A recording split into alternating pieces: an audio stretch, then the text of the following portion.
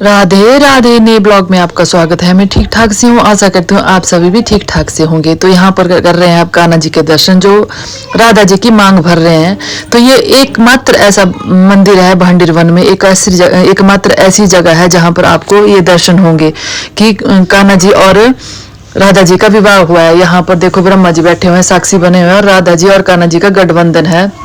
तो यहाँ पर हमने बहुत अच्छे से दर्शन किए। उसके बाद हम चले गए, जो कुआं 5,500 वर्ष पुराना ये कुआं है। यहाँ पर अगर किसी को कोई मन्नत मांगनी हो, वो मन्नत मांगते हैं, और फिर अगर पूरी हो जाए तो यहाँ पर गोबर का एक स्वास्तिक बना के जाते हैं, जिसकी और जो भी इच्छा हो, जो भी यहाँ पर करना चाहे, भंडारा कुछ भी, वो करके यहाँ से जाते हैं।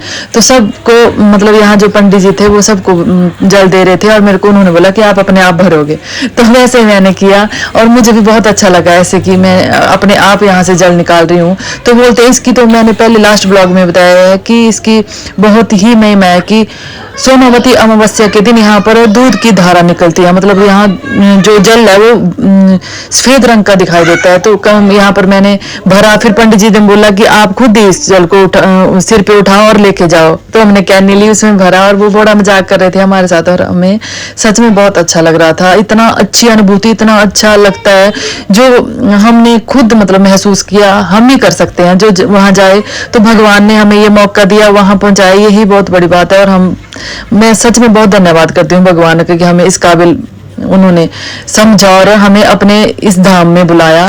तो बस फिर यहाँ से देखो मैं ले जा रही हूँ और फिर इसके बाद भी बहुत मतलब और भी हमने बहुत कुछ देखा। ये है वो मंदिर, राधा कृष्ण विवाह स्थली नाम से ये जगह प्रसिद्ध है।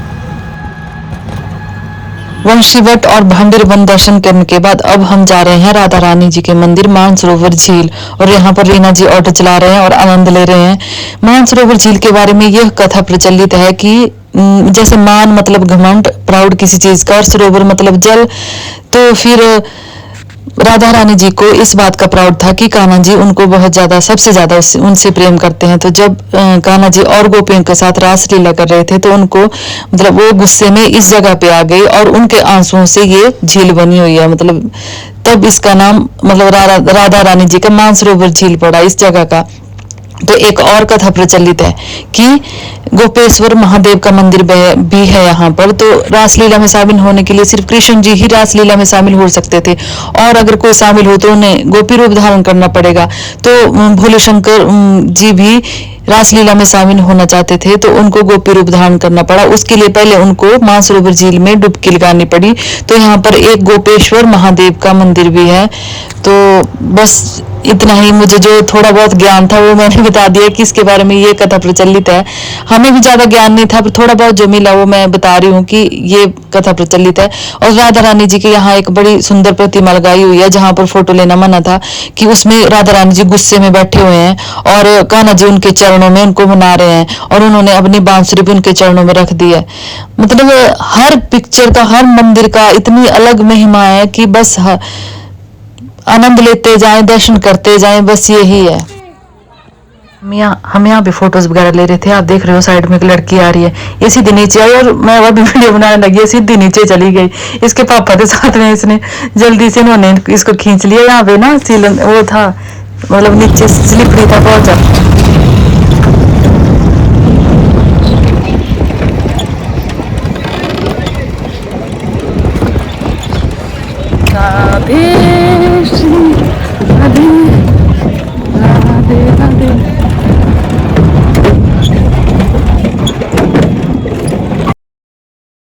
मानसरोवर झील और गोपेश्वर महादेव जी के दर्शन करने के बाद फिर से हम वापस आ गए थे यमुना तट पर।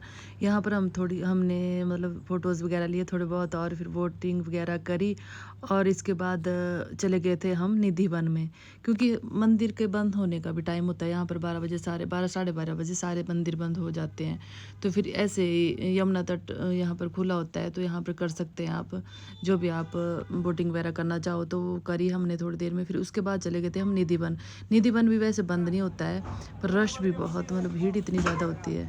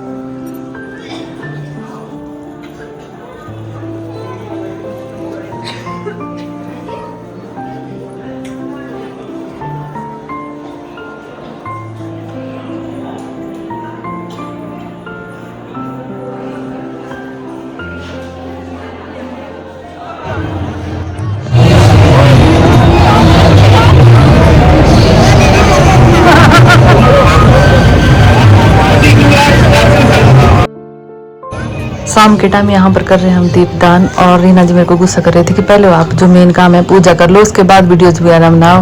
पर मैं कहाँ मानती हूँ, वैसे तो मैंने पूजा कर ली थी, पर फिर भी इनका ऐसा ध्यान था कि आराम से टाइम नहीं मिलता है तो पूजा कर लो तरीके से।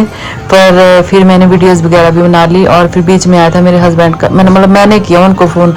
वो भी आए थे थोड़े टाइम पहले घूमने यहाँ पे, पर वो यमुना तट नहीं देख पाए थे, यमुना नदी। तो मैंने उनको वीडियो कॉल करी और थोड़ा सा दिखा दिया। और फिर उसके बाद हमने आरती वगैरह अटेंड की। यहाँ पे आरती होती है शाम के टाइम, अलग अलग घाट पर, अलग अलग मतलब सब घाटों पर आरती होती है। तो ये 1-2 घाट पर हमने। जब बाबा आ जाते हैं ना, आपकी वीडियो बना लूं ऐसे? वीडियो बनाओ, आज उनके साथ में चल भी रही है। एमपी वाली मैया के नाम से मैं जुड़ी हूँ। अच्छा, किसके साथ? प्रेमानंद बाबा। अच्छा, मुझे नहीं पता। कौन सी मैया? एमपी वाली मैया। एमपी वाली मैया। हाँ, आपके पास बैठते थे पहले? अरे वो सबके घर घर जाके बैठते थे। प्रेमानंद जी हैं? हाँ, अब पूरे मोहल्ला। हाँ, अच्छा। हम लोग वही तो कहते कि हम लोग कहते थे कि बाबा इतनी ठंडी है, ऐसी वो हाफ पीली तौलिया पहने रहे, ऐसे पैरों की दीवाई फटी रहे। पर आज उनको जो भी उनने इतने कष्ट सहे हैं ना, जब उनके कष्टों की सीमा सुनो, हम खुद देखते थे इतनी आने उनकी परेशानी की जिसकी कोई सीमा नहीं। पर उनको तो साक्षात राधा रानी प्रकट हो। आज उनके लिए दुनिया दीवानी हो गई है। जो भी बोलते हैं बिल्कुल हकीकत बात नहीं, मेरे सिरा चढ़ जानी। नहीं, अच्छा, हकीकत बात। सच में उनके बातों में इतना वो है ना कि बस ऐसे खींचा चला अच्छे जाता। दारू खोर आदमी लोगों ने दारू छोड़ दी, कितनी औरतों के घर सुधर गए हैं।